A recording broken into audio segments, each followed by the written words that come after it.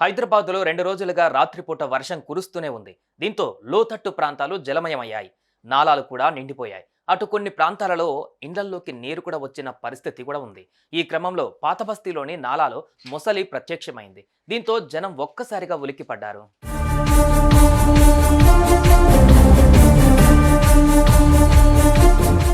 ఎడతెరిపి లేకుండా వర్షాలు కురిసినప్పుడు ఎగువ నీరు కాస్త లోతట్టు ప్రాంతాలకు వచ్చేస్తుంది.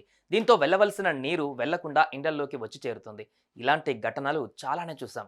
తాజాగా విజయవాడలో కూడా ఇదే జరిగింది. ఇండ్లల్లోకి నీరు వచ్చి చేరాయి. ఆ నీరు వెళ్లిపోయేటప్పటికీ కాలనీల్లోని ఇండ్ల పరిస్థితి మాత్రం దయనీయంగా మారింది. మట్టి పేరుకుపోయి శుభ్రం చేసేందుకు తీవ్ర ఇబ్బందులు పడ్డారు వరద బాధితులు.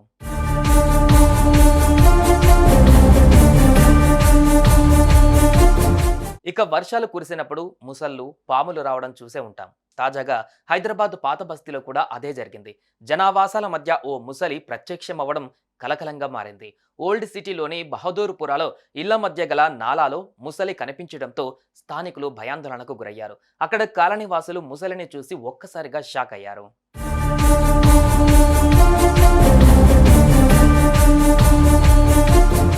ముసలి కదలికలను తొలుత స్థానికులు గుర్తించారు. ముందు షాక్కి గురయ్యారు. ఆ తర్వాత అమ్మో ముసలి అని భయభ్రాంతులకు గురయ్యారు. వెంటనే విషయాన్ని పోలీసులకు జూ సిబ్బందికి తెలిపారు. రంగంలోకి దిగిన జూ సిబ్బంది ముసలిని పట్టుకున్నారు. దీంతో ప్రజలు ఊపిరి పీల్చుకున్నారు.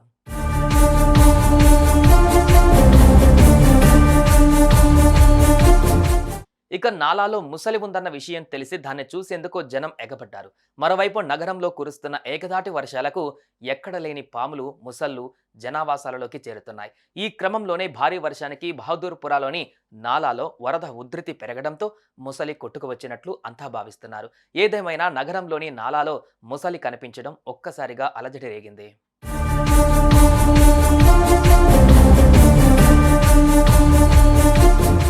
వింటున్న మనకే భయం ఉంటే అక్కడున్న వారు ఇంకెంత భయపడ్డారు అనేది ఆలోచిస్తేనే భయం వేస్తుంది కదా. అంతే మరి, వారంత ధైర్యంగా ఉండటం కూడా గ్రేట్ అనే అనాలి.